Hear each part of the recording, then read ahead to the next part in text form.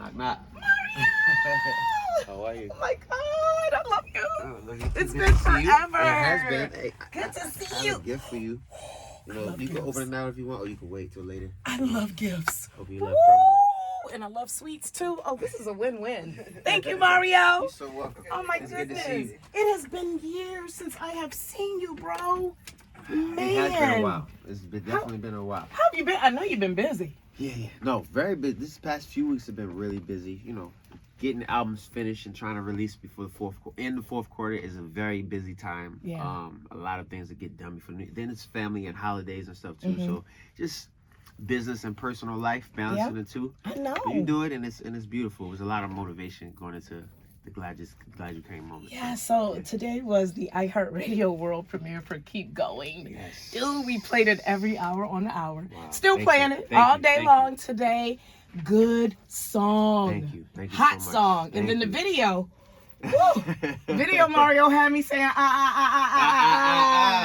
Okay. yes. Yes, sir. No, it's you know, I feel like it represents R&B well, represents me well, represents, you know, this resurgence, this journey that I'm on in R&B. You know, I've been writing more over these past few years, really just developing my conversation. Yeah. And I feel like this album is a representation of that. I partnered with James Fauntleroy, who's an incredible artist and writer himself, and you know, we look at music, you know, and R&B like something that needs to be preserved. Yeah. So, you know, this song is a part of preserving the art form.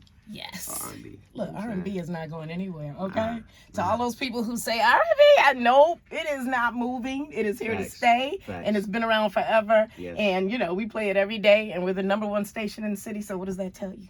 Oh, Okay. man, it tells you Okay. that y'all got it. Y'all holding it down. Yes, we are, sir. Come So, over here okay. for all your R&B needs. Yes, absolutely. So this is your first album, though, in a little minute. Yeah. Since what, like 2018? 2018, yes. Okay. Yep. I mean, Okay. I put an EP out during the pandemic because I just had so much music and I was inspired. But an album, yeah, it's my first album in a while. But you know, for me, I look at time completely different because I'm experiencing life. I'm getting motivation from here, and I always like to make sure that each album represents where I'm at in my life, especially at this point in my career. Like, I don't just want to throw music out, throw any type of album out. It needs to be something that represents a staple in my career as an artist, and also something that I feel really proud of, performance-wise. I think that each album, if you listen to the music, every album has its own texture and its own you know, moment in R&B history in a way, right? Where I introduce a different type of R&B than I did before, and I just wanted to do the same thing with this one. So, and sometimes you have to let that thing simmer because, you know, Say that, when say there's that. a little in between time, there's growth in you personally, you know, You as a need man, content. and you need have content. experiences. For sure. So some of those experiences can go on that album. And I think exactly, no, for sure. And I think a lot of reasons why I feel like my fans have grown with me is because of that, right? A lot of sometimes it's hard for artists to like show growth personally and growth in their music simultaneously as they continue to move forward and release more music. So going from a 14-year-old kid to now a grown man, super grown, Mario, super grown, making music, you know, has just been it for me. It feels very natural because I'm authentic to who I am, and I try to make sure the music feels the same way, just have that same authenticity to it. So yeah, absolutely. And my fans definitely like we were in New York the other day, and it was so much love. Chicago's the same. Oh yeah, you know, Chicago's like. now. I lived here in Chicago for 1.5 years when I did Empire, and I had such a good time, such good people, good energy, good food, good vibes. You know, this is that city. Summertime is lit too. Yes. Wintertime got its own vibe in Chicago too. Yeah, you know, today's a little cold, but you know we're so used to it here. Yeah. But for sure. Yeah. So in about 20, maybe 25 different radio markets. My show is in other cities, and we rolling. No, I want to flex, little low key flex, but we are also rolling Space. Thank you. Man, Space, that's a good record. That's a nice little club vibe. Yeah. I can blast that one in the car and ride down Lakeshore Drive. I like that song. Thank you so much. Space is an introduction record. Like, it's the first record on the album. And I wanted to release records to warm people up before we got to Keep Going. Gotcha. Because I wanted to just show them like some of my inspirations. When I listened to Space, when I first heard the track, it was produced by Benny X. He's a young guy. He's younger than me, but he just has an incredible ear for music. He does all types of music. But it reminded me of when I was young, and my grandfather would make me go to his bar with him. And he would drink and play jazz music and play the trumpet, and just like he loved the jazz.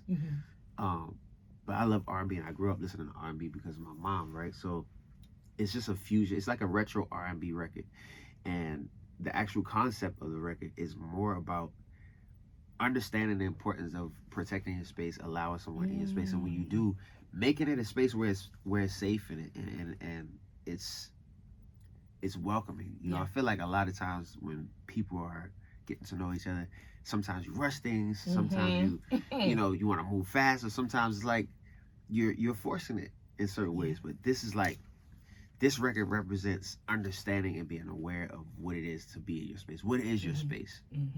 You know what I'm saying? Yeah, that's a good record, and I can hear that retro in it. Those horns. Yeah, that's a good vibe. I absolutely love it. So, we got the tour with Mary J. Blige coming up next month. What? Yeah, we're getting ready. We in started rehearsals already. It's feeling really good. The artist thing is picking a set list, but we're getting there. Okay. You know, what I usually do when I pick set lists for sure, I put as many songs as I can that I know fans want to hear, also including the new records. Yeah. And then I kind of like chop down, and I'll medley them based on what I feel like my fans want to hear. So some records might only get a minute and a half.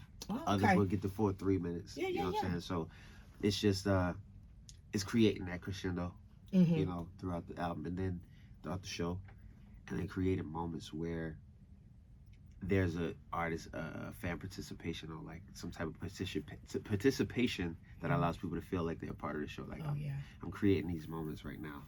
Obviously, it's Mary's tour, so you know we're still waiting on a few things, but it's gonna be a great show. Like you got Mario, you got Neo, you got Mario. Man, it's gonna be a great show. You're gonna laugh, you're gonna cry, you're gonna dance, you're gonna feel sexy. I mean, it's everything. Yeah, she'll be rolling through the Shy in March. I can't wait. She's one of my favorite artists. And then when I saw that you were gonna be on there, I was like, okay, let me get that ticket. Definitely gonna get that ticket. She's the first female artist who ever made me almost cry listening to her music on stage. I know. I was like, you know, all those messages you get throughout your relationship lives, like women telling you, oh, you hurt them, or you, like, Mary gonna make you feel it. She make you feel when a woman like really feel what she going through. It's yes. Like, wow. Absolutely. Crazy. When you got the call to be on the show with her, what was that like? Mary called me about a year and a half ago, randomly. What? I think she texted me first, and then she said, it's Mary, and she called me, and it was out of the blue. Mary's never called me in my life. Dang. Ever. Okay. And it was early in the morning on West Coast time. I think she was in the East Coast. And she's like, I got a project, something special I want to do with you. You know, fan of your work. I think you're great. I'm speechless. I'm like, this is crazy. You thought it was a song? Yeah, I'm thinking, okay, it's a song or a movie, because she's, you know, been heavy in the movie space. I didn't know what it was, right? So, you know, creatives, you can't put nothing past us. We might come, whatever. And so nothing happens. Goes, I'm like, okay, maybe it's like just an idea. And then I get a call for the tour, so I'm like, okay, maybe that was it. That's dope. But for a circle. That's dope. Yeah. That's dope. And speaking of movies and stuff, I mean, you've been in films, you've been TV shows, Empire, all that good stuff. You gonna continue with that lane, or are you gonna stick to music right now? What you gonna do, man? You gonna mix it up? I'm trying to do both. I got a movie out right now called Stop Me for Christmas. Yes. And, it starred myself, Pretty V, Raven Goodwin, who plays a young lady whose mother passed away, and she inherits her boutique. And you know, she's going through these challenges of running this business. It's very new to her, trying to make her mom proud. And then I'm an artist who is going through my own challenges with my love life. So my manager tries to basically, unbeknownst to me, hook me and her up by getting her to style me for some gigs. And then we end up becoming a thing, and then, you know, my life is too toxic for her and a certain thing. But it all comes back around to self-worth, you know, believing in yourself, accountability, all these different things that are like, I feel like are through lines in the movie that I thought was cool. So that's why I took the job. Okay, congrats on that. But yeah, man. I continue. I want to continue. You're a good actor. For sure. Thank you. Yeah, been doing your thing for a little minute out here. I appreciate that. Yes. So let's get back to Keep Going real quick. Yeah. What is the premise of that song? I mean, I get what it is, but how'd you come up with that title? The title was either going to be, or keep That's going. in parentheses. Trust me, everybody's going to call it the I song. Right. Trust and believe. They already started doing that. Yes, I did. And I was like, yo, we got to put I after keep going. We just put I in parentheses on it. But the song is about not giving up. Mm-hmm. The song is about accountability. The song is about intimacy and love and, you know, just really breaking down the walls of doubt and you know, when you want to be like open with a person, but you like this. Yeah. But it's painful to be like this. Yeah. It's about like this song makes you just want to, like, when I first heard the track, I was like, yo, it sounds like a conversation. Mm-hmm. Mm-hmm. So when I went in the studio, I started recording it, and I just kept hearing like the first part being very conversational, very mellow, and then getting into a more like intensifying, intimate type of melodic, you know, part to sing. So I just really followed the energy of the song and what I wanted to say in the record. I've been here so many times. Yeah. I feel like everybody at some point in their relationship is at a point where like things could end right here, really, or we could keep going and like work this out and make each other feel safe and find that safe space. So most of the album is about vulnerability and confidence. That's what I was going to ask you. Is it life imitates art type of stuff? So is this something that Mario's really gone through or has gone through?